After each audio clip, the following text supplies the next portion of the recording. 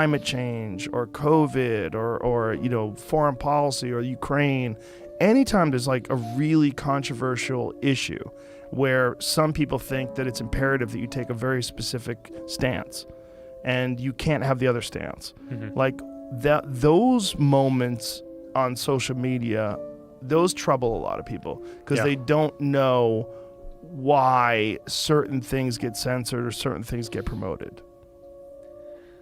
Yeah, I agree. And it's like to be in your spot. And one of the things that I really wanted to talk to you about is this, because like to be in your spot must be insanely difficult.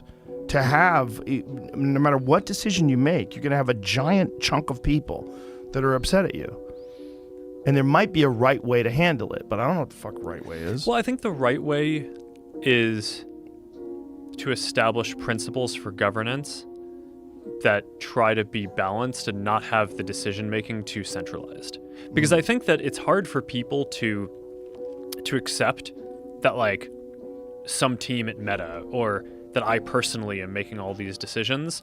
And I think people should be skeptical about so much concentration around that. So that's why a lot of the innovation that I've tried to push for in governance is around things like establishing this oversight board.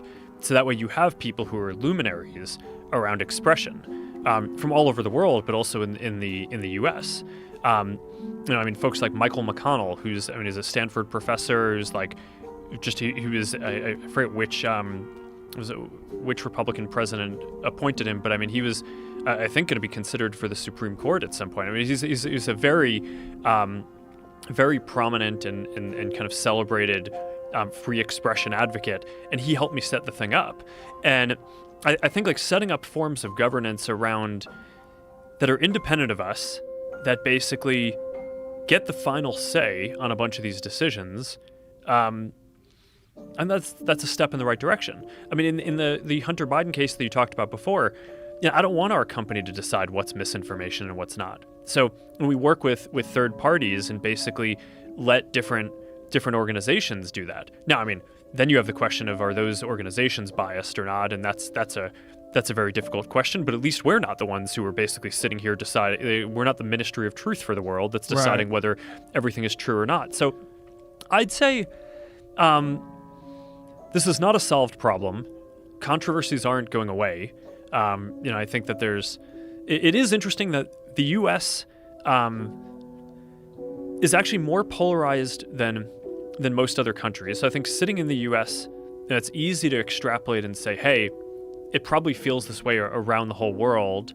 And from the social science research that I've seen, that's not actually the case. There's a bunch of countries where social media is just as prominent, but polarization is either flat or has declined slightly. So there's something kind of different happening in the U.S. But for better or worse, it does seem like the next several years do seem like they're set up to be quite polarized. So I tend to agree with you. There are going to be a bunch of different decisions like this that come up. Because of the scale of what we do, almost every major world event has some angle that's like the Facebook or Instagram or WhatsApp angle about how the services are used in it. So yeah, I think just establishing as much as possible independent governance